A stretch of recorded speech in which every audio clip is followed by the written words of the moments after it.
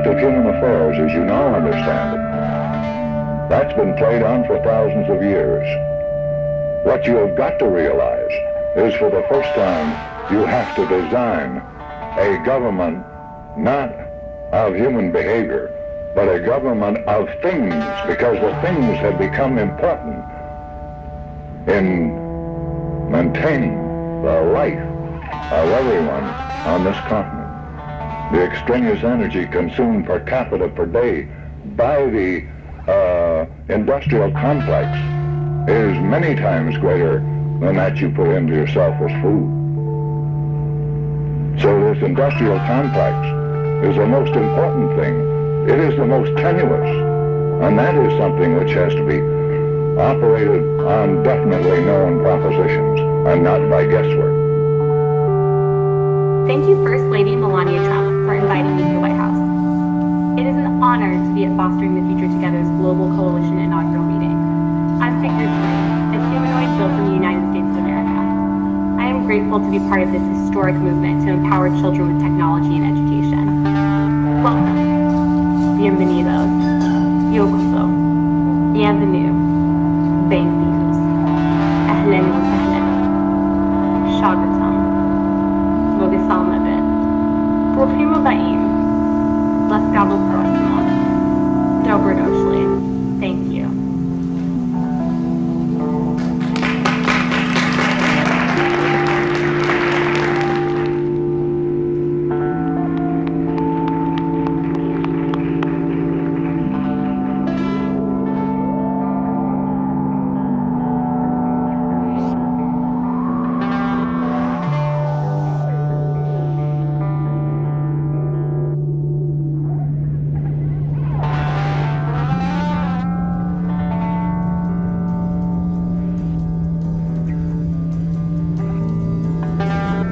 In order to understand the universe, you must explore the universe. And that's the motivation to accelerate humanity's future in understanding the universe and extending the light of consciousness to the stars.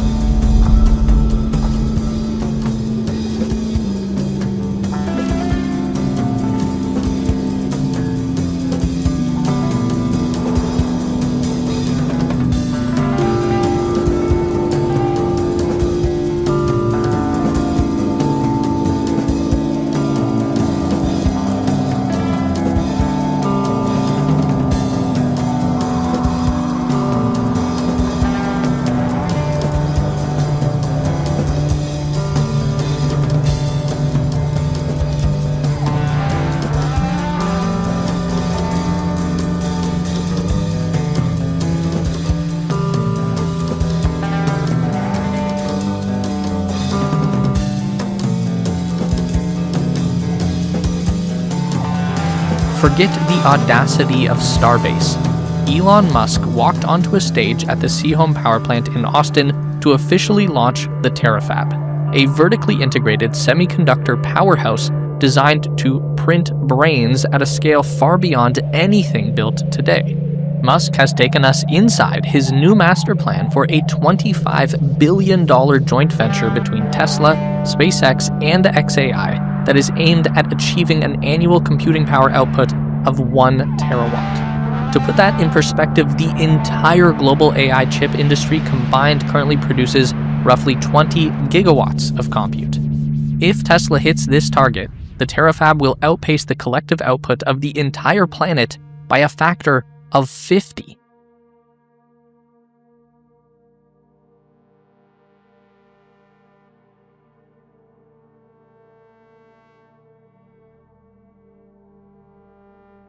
On one hand, this kind of seems like weird timing for this AI summit they did at the White House with Melania making her grand entrance with the AI bot, I think from Figure AI.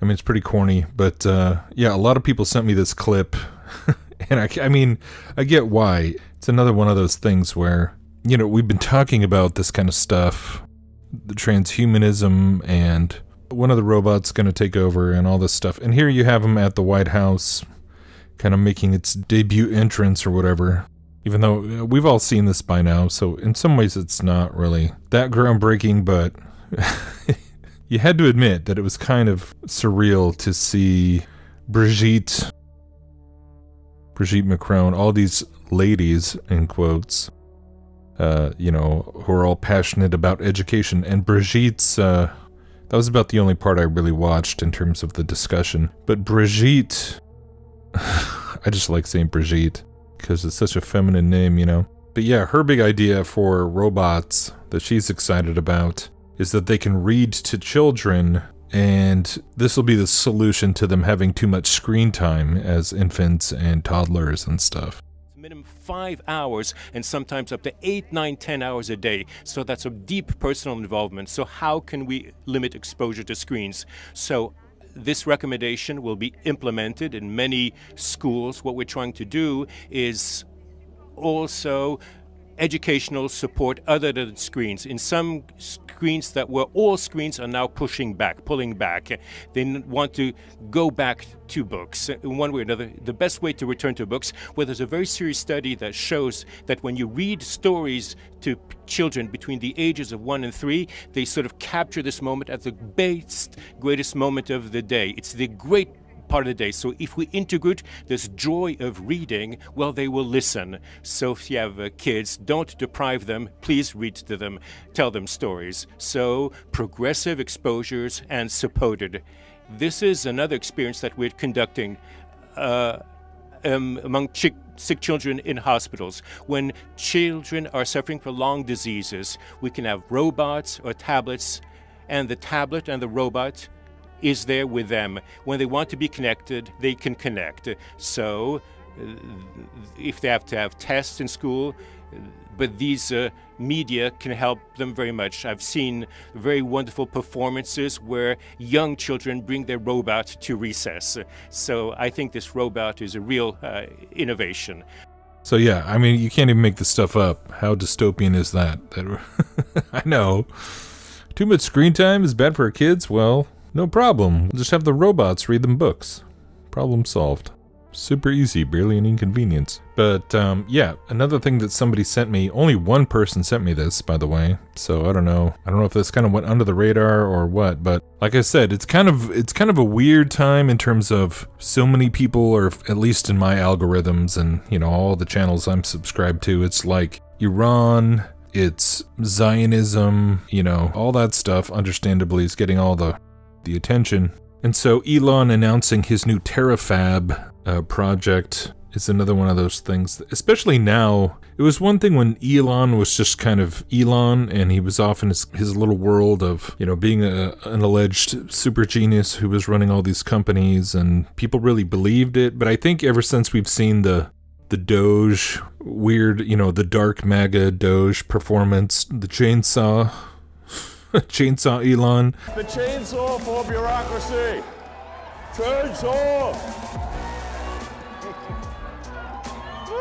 It's kind of the weirdest part to me was watching this presentation, and he's talking about how, all these squabbles on Earth are really quite insignificant in the grand scheme of the scale of the universe.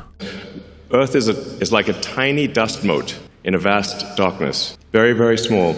The sun is enormous. So the way to actually scale civilization is to scale power in space. This is necessarily true because we actually capture such a tiny amount of the sun's energy on Earth because we're just this tiny dust mote. Another way to think of it is roughly like electricity production on Earth of all of civilization is only about 1/trillionth of the sun's energy.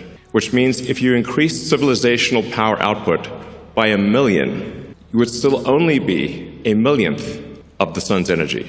I mean, it's awe-inspiring to consider that, just how tiny we are in the grand scheme of things. And we often get sort of caught up in these sort of squabbles on Earth that are really very sort of minor things when you consider the grandness of the universe. And yeah, he's just going right back to his cosmist, transhumanist, I'm so above all these petty politics, when you were literally saying that this election to elect Donald Trump was the most existential election in our lifetimes. But yeah, he was all in on the Trump campaign, and Doge came and went. It's funny how nobody's even talking about that anymore. People see that was kind of a scam, right? Maybe they don't understand exactly why, but it's not really that hard to see how all this stuff kind of lines up and see what Elon really has always been, what SpaceX and Tesla and XAI and all the sleek, hipster, cool, glossy finish marketing really amounts to is just that. It's just marketing for technocracy. And it's crazy how in some ways this has gone from being sort of very abstract to hopefully rather obvious. Painfully, now that, you have, with Melania, again, another one of these things, just like Project Stargate. Trump came right out of the gate announcing this $500 billion, nobody voted for that. He didn't run on that. Nobody was talking about the need, demanding to build the data center infrastructure. But that's essentially what this TERAFRAUD project falls into, and there's several kind of components of it. Basically, they want to create a terawatt of compute, and they're going to do it in space, by putting them on satellites, and so supposedly that's going to eliminate the need for all the cooling and the electricity because it'll all be solar powered. So it's kind of like the trendy alternative, the eco-friendly alternative to all these on-the-ground data centers that are popping up everywhere. And this is crazy. I just saw this yesterday. Speaking of data centers, the Oregonian had this article about plans call for Oregon's first exascale data center on Amazon site, which is in Morrow County near Boardman, which is on the Columbia River, but Amazon has bought nearly 1,300 acres near Boardman earlier this month, paying $37 million for the land. The planning documents indicate it could become Oregon's first exascale data center. A hypothetical 1 gigawatt facility with as many as 20 buildings spread over 4 million square feet. The project could become 3 times bigger than the Washington Square Mall in Tigard, which is like the big mall out here.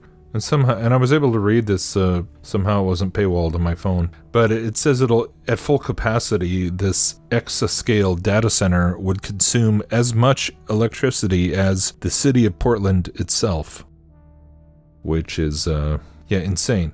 So I can see why the whole pitch of putting the AI servers in space and creating this big constellation, just like Starlink, but like for AI, I can see why people would buy into that and think of it as a great alternative, right? Hopefully by now, it's not difficult to see how what Elon and what all these little companies have always been is just more government cutouts, where he's presented as the face and the genius behind it, that, the real life Tony Stark. So we've been talking about, but it's all pushing all the same stuff that the technocrat, it's all technocracy. It's the digital ID, the digital money, the incorporation of AI into everything from your personal finances and your job and your life to government, and, incorporating it into everything. And that's what Doge was all about. But if you make it about space and like the modern Jetsons lifestyle pitch, and I guess that's what kind of the robot part really is, because it kind of feeds into this programming, this propaganda that's been around forever and really came into the mainstream in the 50s with things like the Jetsons and science fiction. But the idea of a robot maid, really, like people are on board with the idea of a robot maid. And we've already surpassed the privacy concerns, because everyone's we've already embraced that. We've already gotten over it. Everybody already accepts that your cell phone is spying on you and listening to everything you say and recording it into a database, right? But I guess the one thing that a robot would add to the mix, that your cell phone can't detain you if the thought police decide that you have committed a thought crime or whatever. The robo-maid can step in and make an arrest, I guess, and we'll all be much safer. So even though it seems like weird timing when, on the one hand, Trump is not what you would call popular right now, even amongst many people who voted for him the second time, I think there's still a lot of disconnect between the creation of these technates around the world and the North American technate, which the Trump administration is pushing forward very rapidly. But the way that this this war narrative, this energy crisis, is now feeding into all the net zero objectives that the climate change narrative and environmentalism was already pushing the exact same things. You just conveniently, by just blowing up oil fields and blowing up the LNG facilities, and we don't have boots on the ground yet as I'm recording this, but that could change any minute. But yeah, however far they escalate that, it just feeds into essentially creating, energy lockdowns, energy rationing.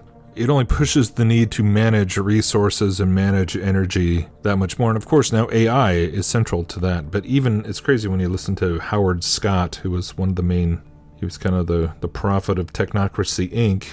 back in the 30s. And Elon's grandfather was high up in the Canadian branch of Technocracy Inc., which a lot of people know about now. But it's very interesting when you go and listen to this. If you go and listen to any of the speeches by Scott, talking about even, this is in the 30s, before they even had silicon chips or computers really of any, in the way that we think of them today. But the idea of monitoring everyone's consumption and that everyone would basically have their own currency. It's kind of astonishing that he was talking about it that way back then. This is all very good in statement of facts. But what about the psychological aspects of human behavior, greed, competition? What of more and more conspicuous consumption and so forth? Your organization must certainly have the problem solved. If we have, that's more than the Christian church and the Mohammedan church and the Buddhists and all the rest of them have done in the past 2,000 years, isn't it? We haven't solved greed yet. Of course, if you're attempting to discuss human conduct under a technate, bear in mind that you couldn't steal if you wanted to. Stealing is legally defined as taking something of value from someone else, is it not? Correct? Well, your medium of distribution, which you receive your income, is of value to no one else. Even your wife wouldn't gain if she took it out of your pocket, because it's non-transferable. She has her own currency. She doesn't have to bother with you, you bum. Huh? She has an income as good as you do. Essentially, like everyone having their own cryptocurrency, their own, essentially their own unique ID. The idea of trackable money that is like credits that only you can use because you have to have this centralized system. That was kind of the whole thing. Even their logo, where it was like the yin and yang, is interesting because it kind of implies that whole notion of balance and the correct appropriation of resources. And it's all about resources, and it's all about engineering society so that it's not humans and moral decisions running things. It's just scientists and engineers and the technological approach to humanity. So it's all about efficiency, and it is worth listening to kind of get a grasp of how people today like this even think. They think of it in very pragmatic terms, and they think of what they're doing as very noble and logical, right?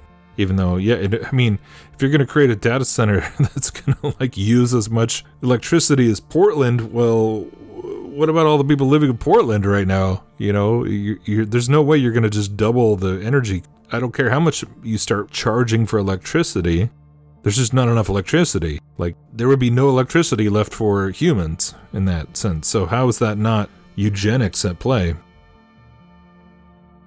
This whole thing with the energy crisis, not just with fuel prices and gasoline and transportation, but affecting the fertilizer supply, coincidentally right at the time of year when the farmers are all trying to plant, and a lot of food is not going to get planted, and so in another 6 months, 8 months, 12 months from now, that's when we could really start seeing the effects of this whole Strait of Hormuz crisis, fabricated crisis. It's going to force technocracy on, just like COVID did. Different narrative, but same objective. I was listening to Cognitive Dissidence again. I won't play a clip, but man, I gotta say once again, their analysis is pretty spot on, as much as I wish it wasn't. It is so helpful to listen to people who are seeing the same things and Even Whitney Webb the other day, she went on Jimmy Dore and was talking about how, yeah, Joe Kent's CIA and, she doesn't trust it. Even if we can't exactly see what he's been set up to do and what kind of narrative he's going to be pushing in the future, what role he's going to play. And it's weird how for like 10 years I've been talking about how outer space and cosmic evolution all feeds into the eventual technocracy. It all feeds into, it's all propaganda for a one-world government, for a technology-based one-world system. In the end, the spaceship Earth, and, when you see the Earth from space, there's no borders, and we gotta learn to be global citizens and everything. Like, that's been going on since the 70s, really, ever since the first fake moon landing. All the focus went from going out there to then now we gotta, learn how to cooperate and learn to take care of the planet. The whole environmental movement took off, after that blue marble shot. It basically became the logo of environmentalism. That fake Photoshop picture. And so, here you have Elon still talking about becoming an intergalactic civilization and traveling to other stars, even though it's like, yeah, how are you going to do that? It's still millions of light years away to get anywhere outside the solar system. But so he talks about within the solar system, the sun is still like 99% of the mass, and all the energy of the sun is so abundant. So, it sounds good. It's just a sales pitch at this point. That he's talking big game. He's no different than Trump, really, in terms of he's put out there to say what people want to hear and sell, but he has a different demographic, has a different target audience that Elon was created for than Trump was created for. And I see them totally the same as by this time it should be pretty easy to be able to kind of figure that out, that he's the pitch man. He's the salesman. He's a media-created archetype to sell you on the idea of electric cars and robots and AI and putting a chip in your brain, even though it, at some point it won't even be a chip. It'll just be all the same things, but with, nanoparticles and whatever. All these really insane transhumanist DARPA agendas that, we're just going to make them hip and cool. Kind of like, what's the guy from NVIDIA? I forget his name. The CEO is always wearing his leather jacket and trying to be cool, and he's talking about robots and chips. So yeah, they're all just pushing the same thing. But you have to have the illusion of competition and the illusion of, a free market, that we all want this stuff. Like that they're all having to compete because there's a market, there's a demand, that people want AI and they want robots walking around. So yeah, marketing. It's all marketing. That's really what outer space has always been, has been a way of framing human evolution in a certain way. I think even just the idea of outer space, going outside and looking up at the stars at night, and it's just this endless sea of possibility, and we're going to explore, and technology, it's about freedom, right? It's about unimaginable adventures and journeys and, Star Trek and all that kind of stuff. It's the very opposite of what Technocracy, right? Where it's like stay home, lock down. We're going to limit even where you can go in your car. We don't even want people owning cars. You're going to rent a car. You're going to have a robo-taxi.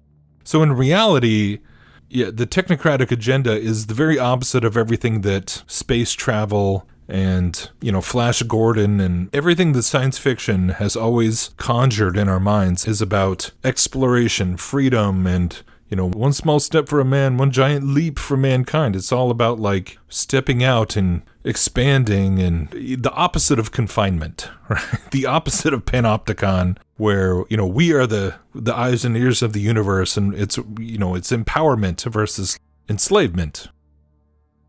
So it's really not hard to comprehend once you kind of see it in that stark terms. But of course, a lot of people, it's just too big of a deception for them to get their head around that, all these governments could be working together, and lying to you about the shape of the earth and the nature of the cosmos. And it's well, are they all pushing? It's funny how we're supposedly at war with China and Russia, but they're all pushing the same things. They're all pushing the digital ID. I mean, China's further along in a lot of that stuff in terms of the social credit system. Russia's pushing all the same digital ID and AI and the drone warfare. I mean, the competition, the space race for AI and all this stuff is just to accelerate that adoption worldwide, universally. So who knows? I mean, in some ways you can look at the actual physical robots as being kind of just a gimmick to create a more personal or human kind of persona upon AI, because AI doesn't need humanoid form to control society, but I think it's to make it more palatable in some ways and more like a pet and, yeah, appeal to all that sci-fi programming. But there's also the reality in terms of, like, you watch some of these videos where they're like, the finger dexterity is getting pretty impressive, and, you know, obviously their acrobatic ability, and it's hard, sometimes you're not sure what's just AI fakery, but it's just like anything else that, like, if it has the capability of doing real labor and having real durability out in the real world to where it's not just going to break and be completely constant. I mean, I'm super skeptical about the whole robot phenomenon just in terms of like how, but of course the whole thing is that you rent it. You don't actually own one of these robots. You rent them and the corporations will own them and they'll just be out there like the Waymo cars and their AI agents that you just kind of hire for whatever. But of course, they're all connected to the AI hive mind, and I mean, it's so dystopian. I mean, the idea that anybody would actually want something like this in their house or reading to your children is like, what do you even say to those people? Like, how foolish could you possibly be? But, you know, what do I know? I'm a paranoid Gen Xer who grew up watching the Terminator movies, right? So I just can't see the potential. And but yeah, it's something I felt like I had to kind of comment on, especially as it connects to so many things I was talking about in the long-form documentary I did last year called In Silico, The Battle for Body and Soul, with my friend Ivan Nakdal. And so if you haven't watched that, check it out. But yeah, I get into the idea that the whole idea of automatons and robots goes all the way back into ancient pagan society and idolatry, and there's really nothing new under the sun, right? So it's kind of like everyone wants their own little mini Talos, like in your house. But yeah, Elon, Tesla, the fact that they call it Optimus, it's like they literally just rip off every name and concept that was already from, obviously that's from Transformers, Optimus Prime. It's so unoriginal and so corny. But it works. You just use a combination of like brushed steel and glossy black, and you have your cool Tesla font. It's just so much of it, from a design standpoint, it's about fonts and textures and, and color. It's just marketing. It's all it is. You're just trying to make something super dystopian look cool, and it's kind of astounding that so many people buy into it. I mean, there's Teslas and other EVs on the road still, even though they are kind of going down in popularity, which is encouraging. But that's, I think the thing is that, like, they kind of pushed the climate change stuff as far as they could for as many years as they could, the fear porn, until like Al Gore could only predict, the destruction of the earth so many times before it didn't come true, and the sea levels didn't move before people finally weren't buying it anymore. So now it's like, I guess they just decided it's time to just start blowing up oil fields and creating the crisis ourselves, right? And then we can blame it on conservatives and evangelicals who supported him, and yeah.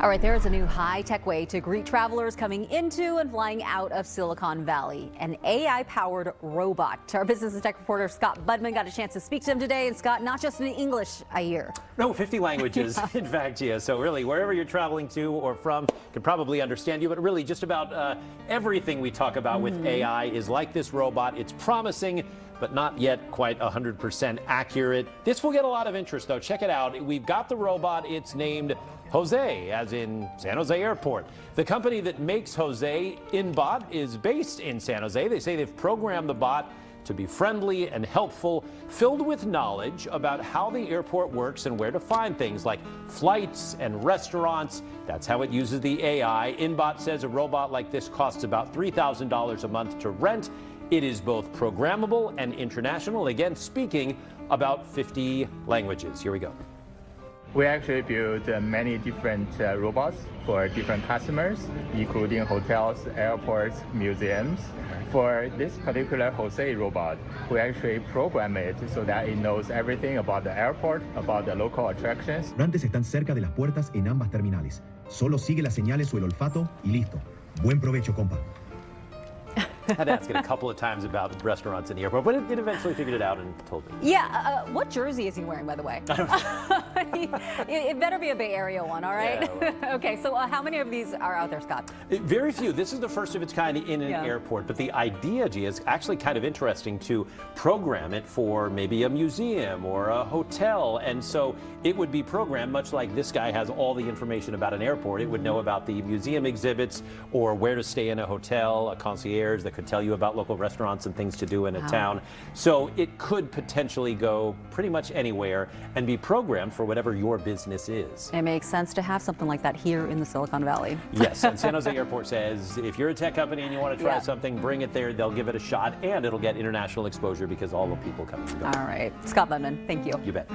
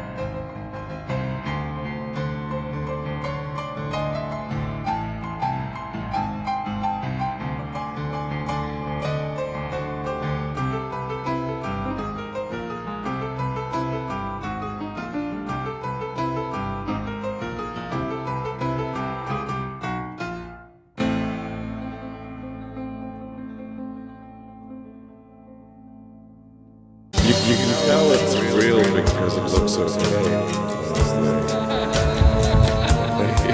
We're not way better CGI. You can tell it's real because it looks so fake. We're not way better CGI. You can tell it's real because it looks so fake. We're not way better CGI.